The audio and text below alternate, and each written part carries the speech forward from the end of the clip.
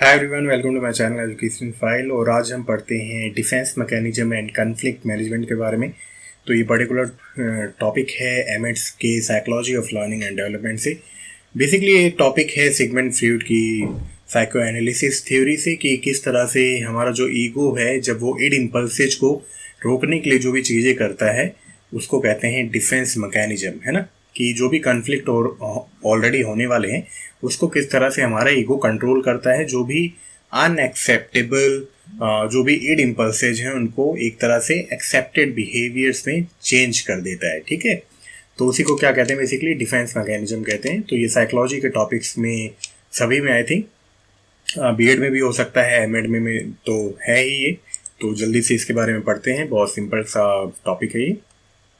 लेकिन इससे पहले आपको सिगमंड फ्रॉइड की जो भी साइको एनालिसिस थ्योरी है, ईगो, सुपर ईगो, इड के बारे में जो चीज़ है वो पता होनी चाहिए। ठीक है, कि मतलब कॉन्शियस, प्री कॉन्शियस और अनकॉन्शियस थॉट्स होते हैं या इम्पल्सेज होते हैं, डिजायर्स होते हैं। तो उसके बारे में आपको थोड़ा पता होना चाहिए, उस मतलब सिगमंड फ्रॉइड के काम के बारे में को थोड़ा पता होना चाहिए, तभी ये वीडियो आपको समझ में आ सकता है अच्छे से। तो बेसिकली देखो, डिफेंस मैकेनिज्म साइकोलॉजिकल थ्योरी में इसको यूज किया जाता है कि ये क्या है, ग्रुप ऑफ मेंटल प्रोसेस है।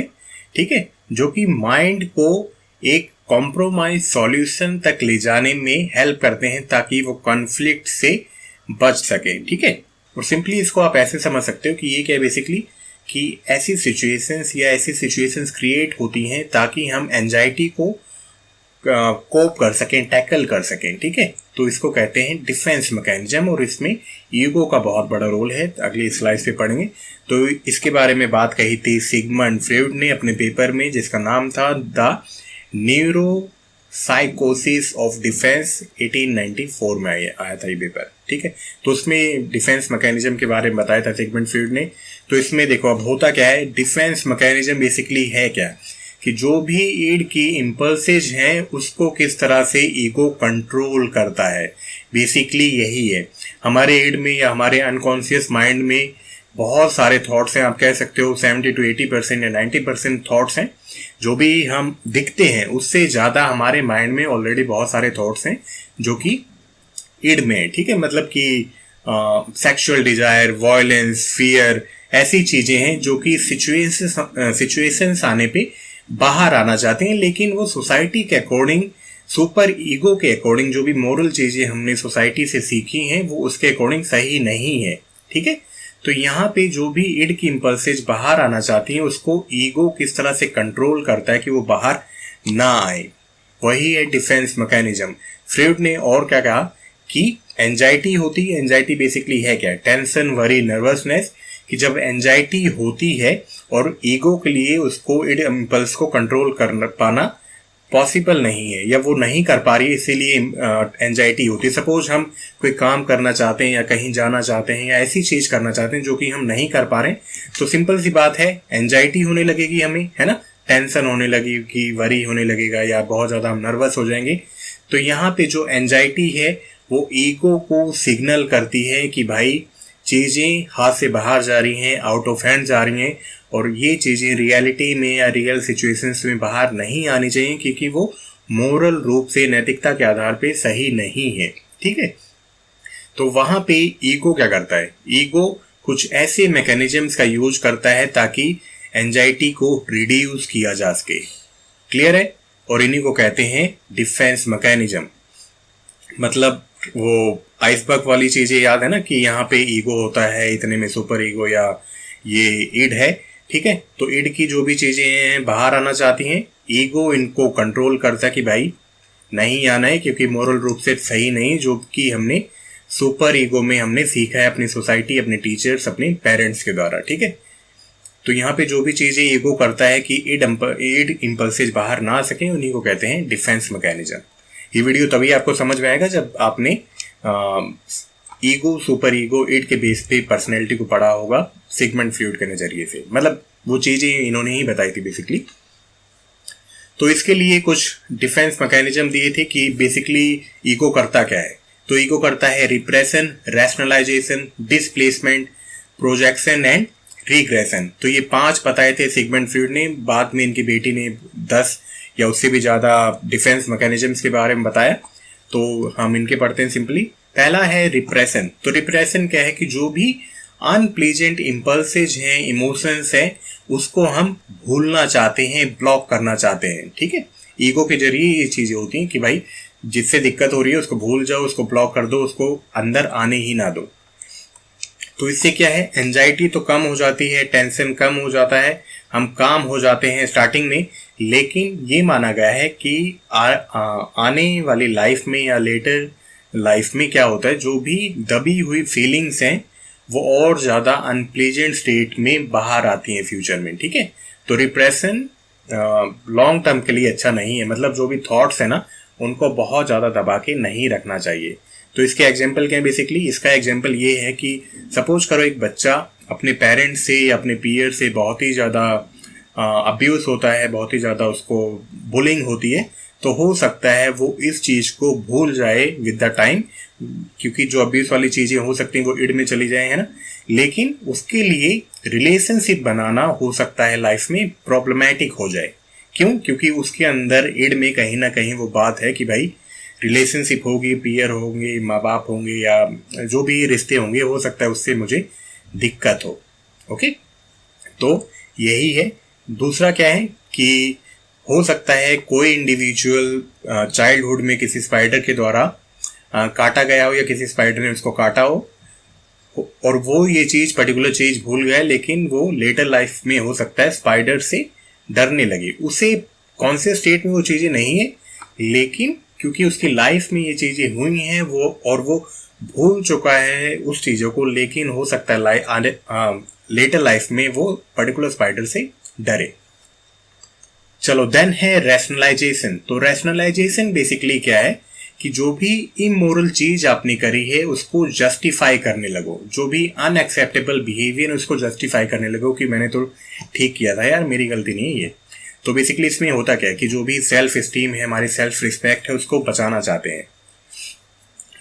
तो ये स्टार्टिंग में हो सकता है बहुत नॉर्मल हो, लेकिन कुछ कंडीशंस में हो सकता है ये बहुत ही ज़्यादा डेंजरस हो, है ना।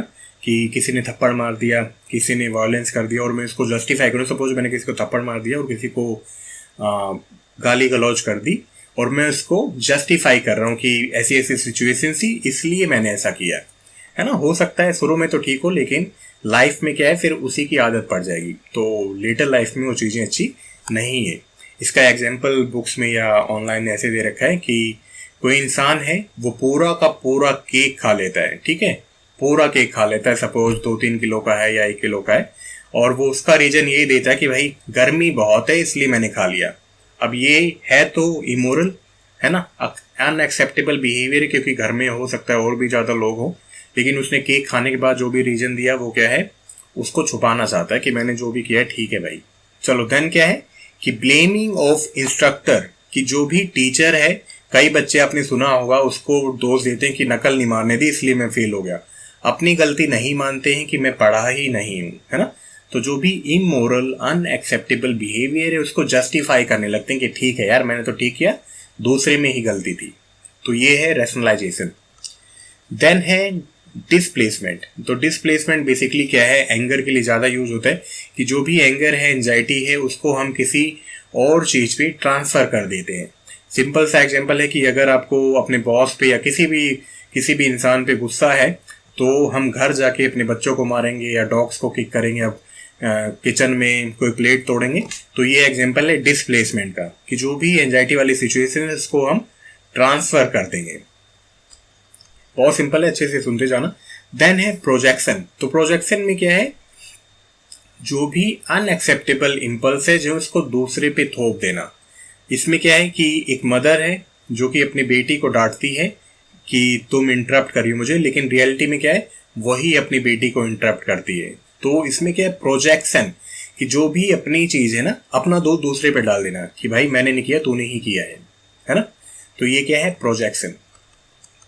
चलो, देन है रिग्रेशन। तो इसमें क्या है, जो भी हम पहले पर्टिकुलर सिचुएशंस के लिए चीज़ें यूज करते थे, सपोज मुझे पहले एंजाइटी होती थी और उसके लिए जो भी मैं चीज़ करता था, लेटर लाइफ में जब सेम सिचुएशन होगी तो मैं वही चीज़ें करने लगूंगा। ओके, इसका पूरा मतलब यही है। इसका एग्जांपल ये है कि सपोज करो घर में ऑलरेडी एक बच्चा है और एक छोटा बच्चा हुआ है, तो जो पहले वाला बच्चा है उसको नए बेबी से हो सकता है जेलसी हो, और वो अपनी केयर बढ़ाने के लिए बेड पे फिर से टॉयलेट करने लगे, यूरिनेट करने लगी, और उसकी और ज़्यादा केयर होने लगे। और बच्चा इसमें ये चाहता है कि उसको भी सोचें कि अभी वो बड़ा नहीं हुआ, वो छोटा ही है। ठीक है, इसके पीछे रीजन क्या है कि उसकी फिर से केयर होने लगी जितनी बेबी एज की होती है। तो ये बहुत बड़ी कंडीशन नहीं है, लेकिन स्टिल जो ऑलरेडी बच्चा है वो इसको एज ए क्या ट्रीट कर रहा है कि भाई स्ट्रेस वाली सिचुएशन है, एंजाइटी है, मेरी तो कोई केयर ही नहीं करता, इसलिए मैं ये पर्टिकुलर चीज़ें करूँगा। इसका एक और एग्जाम्पल क्या है, सपोज आपका इंटरव्यू है, तो आप अपने दोस्त से, अपने किसी भी रिलेटिव से, या जिसको भी आप बहुत चाहते हो उससे वीडियो कॉल करोगे, ताकि आप जो भी एंजाइटी हो रही है, जो भी नर्वसनेस हो रही है, उसको कोप कर सको। तो यहाँ पे क्या किया आपने, आप कॉलेज टाइम में भी सेम स्ट्रैटेजी का यूज करते थे। ठीक है, तो यहाँ पे जो भी हम पहले यूज करते थे पर्टिकुलर एंजाइटी वाली सिचुएशंस को टैकल करने के लिए, कोप करने के लिए, या उस कन्फ्लिक्ट से बचने के लिए, वही चीज़ें हम कर रहे हैं। तो यहाँ पे जो भी कॉलेज टाइम में करते थे, सेम सिचुएशन अभी है इंटरव्यू के टाइम पे, तो मैं सेम सी चीज़ें करूँगा ताकि मैं अपनी नर्वसनेस को ठीक कर सकूँ। तो इसको कहते हैं रिग्रेशन। आई होप आपको समझ में आ रहा है। चलो देन है, एना फ्रॉइड ने भी बाद में 10 डिफरेंट मैकेनिज्म, डिफेंस मैकेनिज्म दिए थे। Displacement, denial, repression and suppression, sublimation, projection, intellectualisation, rationalisation, regression, reaction formation, acting out. ठीक है, इनको और ज़्यादा से पढ़ना है तो आप पढ़ लेना। डिस्प्लेसमेंट पढ़ा है हमने, डिनाइल का मतलब बिल्कुल मना ही कर देना कि ऐसा तो मेरे साथ हो ही नहीं रहा। रिप्रेशन सप्रेशन पढ़ लिया। सब्लिमेशन होता है जब अनएक्सेप्टेड सोशल बिहेवियर को हम एक्सेप्टेड फॉर्म में चेंज कर देते हैं। सपोज कोई एक एग्जांपल था बुक में कि सपोज एक विडो है, मिड एज विडो है, और उसकी बेटी का बॉयफ्रेंड बहुत ही ज़्यादा हैंडसम है, तो उसको अनडिजायर्ड फीलिंग होने लगती है। ठीक है, तो अब वो अनडिजायर्ड फीलिंग्स को as a social accepted behaviour में चेंज करने के लिए कहती है कि उसको मैं गोद ले लूँ, उसको पढ़ाने लगूँ, तो जो भी मेरे थॉट प्रोसेस हैं वो एज ए एक्सेप्टेड में चेंज हो जाएंगे, मोरली ठीक हो जाएंगे। तो बेसिकली साइकोलॉजी में क्या होता है, जो भी अनएक्सेप्टेड सोशल बिहेवियर से उनको एक्सेप्टेड में चेंज करवाने के लिए जो भी चीज़ें होती हैं वो सब्लिमेशन में आती हैं। प्रोजेक्शन हमने पढ़ लिया। इंटेलेक्चुअलाइजेशन क्या है कि जब भी हमें किसी पर्टिकुलर चीज़ में एंजाइटी होती है, स्ट्रेस होता है, तो हम उसके बारे में और ज़्यादा फैक्ट इकट्ठा करना चाहते हैं, अपने दिमाग का यूज करें, अपने इंटेलेक्ट का यूज करें भाई, कि पर्टिकुलर सिचुएशंस क्यों हो रही, कैसे हो रही, उसके पीछे रीजन क्या है ना। सपोज हम पढ़ते हैं तो कहीं ना कहीं डाउट होता है, दुविधा होती है, उस केस में ज़्यादा यूज होता है। रैशनलाइजेशन हमने पढ़ा, रिग्रेशन हमने पढ़ा। तो रिएक्शन फॉर्मेशन का एग्जांपल दे रखा है कि सपोज एक लड़का है जो एक लड़की को बुली करता है और उसके पीछे रीजन देता है कि भाई मुझे वो अच्छी लगती है, तो क्या है, रिएक्शन फॉर्मेशन है। ठीक है, चलो देन है एक्टिंग आउट। तो एक्टिंग आउट का एग्जांपल ये है कि सपोज आपको गुस्सा आ रहा है और आप उसको दिखाना चाहते तो सिंपली आप उस पर कोई चीज़ फेंक दोगे। ठीक है, उसका एग्जांपल एक्टिंग आउट का एग्जांपल है वो। तो ये 10 थे, ये आएंगे नहीं, लेकिन एक्स्ट्रा नॉलेज के लिए आपको टाइम लगे तो आप सभी जाके बहुत अच्छे से पढ़ सकते हो। तो यहाँ पे कुछ रेफरेंसेस दे रखे हैं, मैं इन सभी का लिंक प्रोवाइड कर दूंगा और आप और ज़्यादा अच्छी तरीके से जाके पढ़ लेना। तो इस वीडियो में इतना ही था, मिलते हैं नेक्स्ट वीडियो में। Till then bye bye, take care.